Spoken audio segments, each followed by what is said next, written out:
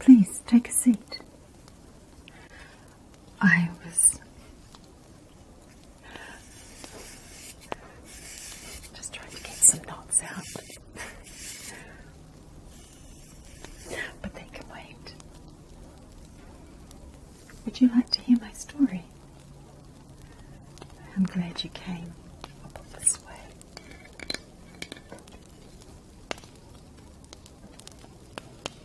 My name is Mary. Oh, no, not that Mary. Although we are very good friends.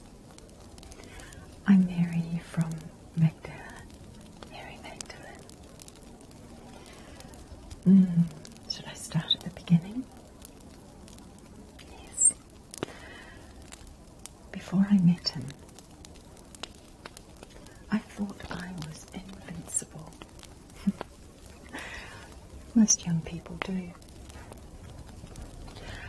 I'd heard rumours about people who had succumbed to demonic oppression as a result of dabbling in things that a person shouldn't look into. But I thought I knew better. It wouldn't happen to me. And so I dabbled a little bit of this and that. We don't need the details, do we? I made mistakes. I'm not proud. And as a result, I suffered the consequences. Life became unbearable. I had illness of every kind, physically, emotionally, spiritually. I was a broken woman. There was no peace for me, no respite, because I had just dabbled in something I shouldn't have, and so the spiritual forces took hold. People think it won't happen to them. People think, oh, I'll just have my palm read just one time. What harm could it do? It can do a lot of harm if you open a door to an unwelcome visitor. He will bring all his friends and make a party for themselves inside you. And you just can't get rid of them. I'd heard about Jesus. I'd heard amazing things about him. Do you know? My friend Mary, the other Mary, told me about the time he turned water into wine. And I thought, what kind of a miracle is that? It's so extravagant, almost unnecessary. But that's how he is. He's lavish. He is extravagant. When he blesses completely, utterly, totally. That's the kind of person he is. So I had to meet him. I thought, if anybody can get me out of this awful state that I'm in, if anybody could free me, he can. So I went to him. I had to fight my way through the crowds. Push my way through. And I got close to him and I fell at his feet and I looked up into his face and he looked at me. And those eyes. Oh, I can't tell you the feeling when I looked into his eyes. I knew. Up until that point, I had no reason for living. Things had gotten so bad. Each morning when I woke, I wondered, why did I draw breath? And it was as if voices were telling me that I had to just stop, just end it. came close. I came close, but I met him. I met Jesus. I began to shake as demons inside me trembled with fear, terror. They knew they couldn't be in his presence, and they left, and I was free. 7 demons gone, and it was like night and day. The sun rose in my life because I'd met him, and from that moment I said, I will follow you, I will serve you. And so I developed a servant's heart for him, my Saviour, and I followed him, and I saw him do amazing things. Thankfully, I haven't been poor, and so I was able to contribute what I could to his ministry. I wanted to be with him all the time, everywhere he went. I wanted to follow. A lot of people have misunderstood what that means.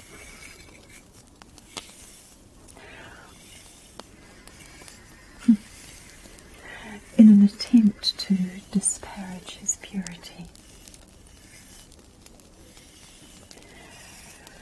Jesus has loved me just as he loved each and every one. And he has blessed me so far beyond my imagination. I had made mistakes.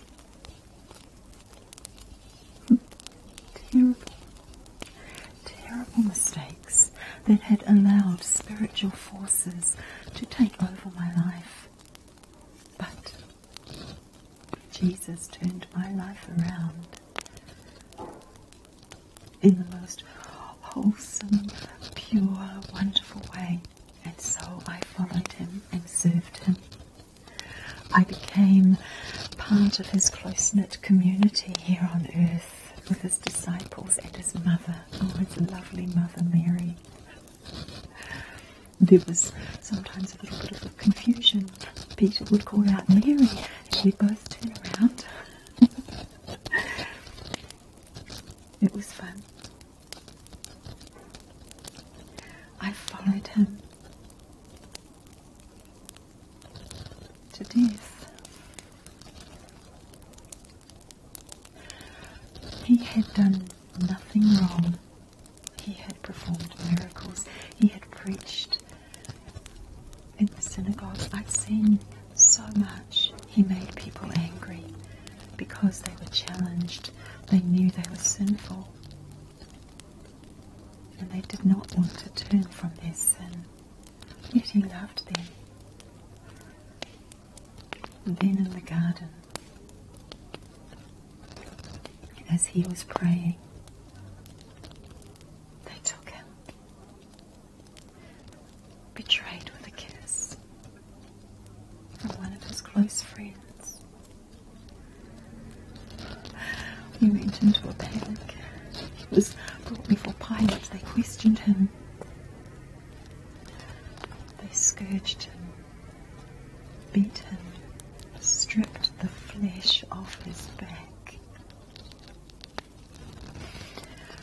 Oh, Mary, knowing that his son was suffering, a mother's heart broken, and it became dangerous. All but one of the disciples went into hiding, because for the men it was dangerous. But John stayed behind to keep care for Mary, his mother.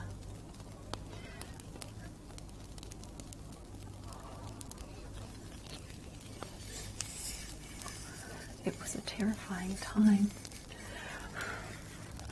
We prayed that he would be released to carry out his plan. We thought he had come to save the world, and here he was, a prisoner, broken. And then the day came.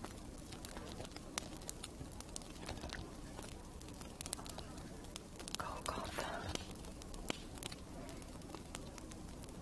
where they executed them by crucifixion. And there were 2 others with them.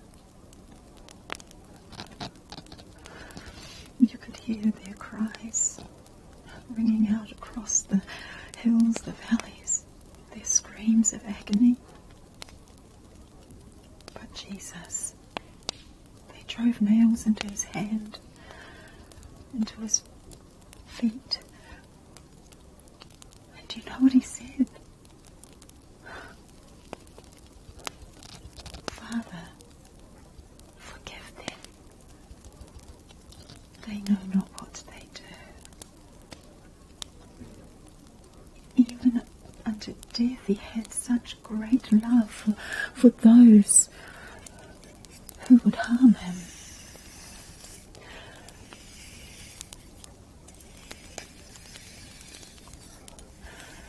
Mary, John, and myself,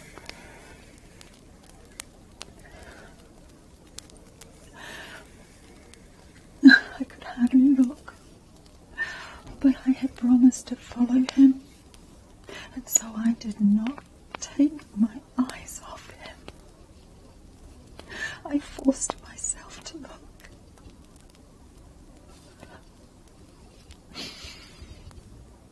Something interesting as he hung there. He said, "I'm thirsty." He had spoken of the water of life. He had given this life to so many people, myself included. The Son of God was thirsty. And yet, he gave water to me. The irony. And then, always thinking of others, he looked upon us. He looked upon his mother, Mary, and John. And he issued an adoption. "Woman, behold thy son. Behold thy mother." He wanted to ensure that they were both cared for. 2 people that meant so much to him.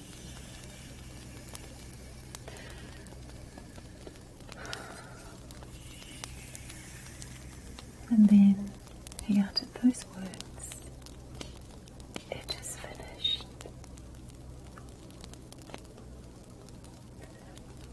And his spirit left his body. A man named Joseph from Arimathea,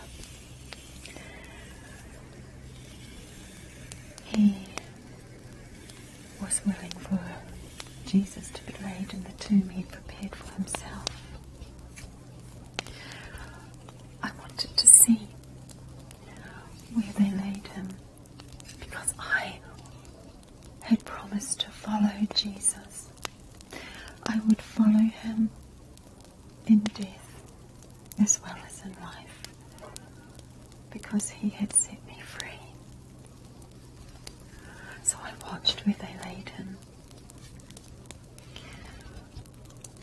It was the Sabbath, so I couldn't go to anoint his body because it had been hurried.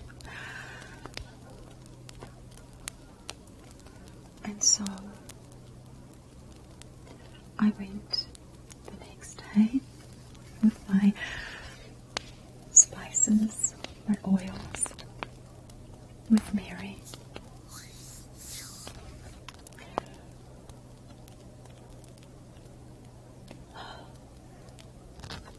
I looked in the tomb because the stone had been rolled away. We were thinking who would open the tomb for us, but it was already open. We thought that we might ask one of the guards. They posted guards because they were afraid that the disciples might come and steal his body. As if they would do such a thing. No one would desecrate his body. I looked into the tomb. He was gone. My grief was beyond measure. It was bad enough to see him tortured and killed in such a horrific way, but then to find that somebody had taken him. Had those that hated him stolen him to desecrate his remains?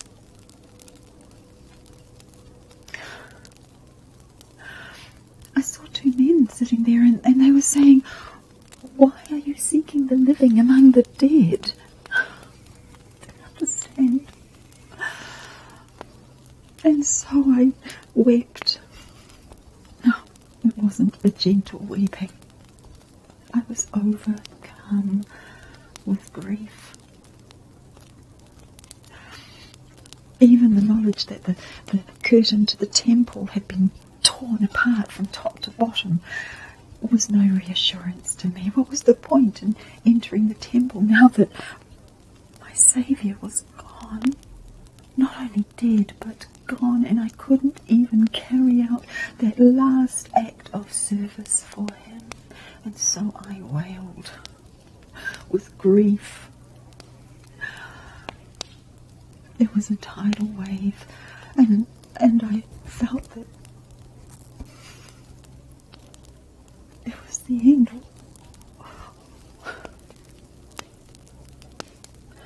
And then I saw the gardener, and I said, "Sir, if you have taken him, please tell me where so that I can anoint his body. Please tell me where. Tell me where. Please."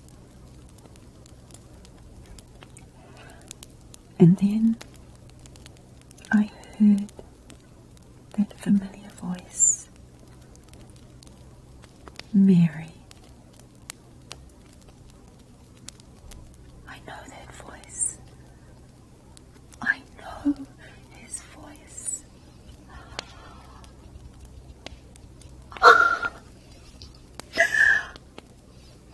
I tried to touch him and he said, No, I've yet to go to my Father. Not yet, not yet. How could I have ever doubted? I remembered what he'd said about the temple being rebuilt in 3 days. How could I have ever doubted? He was standing right there. I could see the marks where they'd driven nails into him. And yet there he was, alive and healthy, glowing with the Spirit of God. And he was alive and he knew my name. He spoke to me first. I'm just a woman. Just a woman. Do you know what that means in our culture? To be a woman. You're not much if you're a woman. Maybe if you're a dog, you might be on the same level as a woman. But Jesus looked at me with those same eyes that I had seen that day he had rescued me and cast out those demons. And he said, my name. I was the first person he spoke to. A woman. And then he gave me a commission. do? He said, Mary, go and tell the others. Go and tell them. Yes, yes. I will tell everyone. I will tell the disciples. I will tell them that you are alive. Death could not hold you. I will tell them. He gave me my mission. I was the first evangelist, the first one to go and tell others that Jesus is alive. And so I did. Oh, Thomas. Thomas did not believe a word of it until Jesus came to show him himself. My grief was turned to joy. My mistakes were turned around by him. I had become involved in things without caution, and I had suffered the consequences, but when I looked in his eyes, I saw redemption. And he rescued me. He drove those demons out of me, and they never returned again. And my life was worth something. I have value in his eyes. Just a woman. And I have the privilege of being his friend, his follower, his servant. He's never demanded more of me than I can give. And he has given me so much more than he's ever asked from me. I am close friends with his mother. I am in his inner circle. Because he rescued me, I can speak to him. I can love him without reservation. I am without judgment because he rescued me. I was lost cause. And then he found me and he called my name, Mary. I was overwhelmed with grief. But he came to me, and he called my name, Mary. And then he said, Mary, go and tell the others. And so I tell you my story, because that is my commission that he has given me, to tell others that Jesus Christ is alive. He ascended to heaven not long after, in clouds of glory, and in clouds of glory he will return. He will return for his people. Be excited. Be expectant. Be ready for when he calls your name.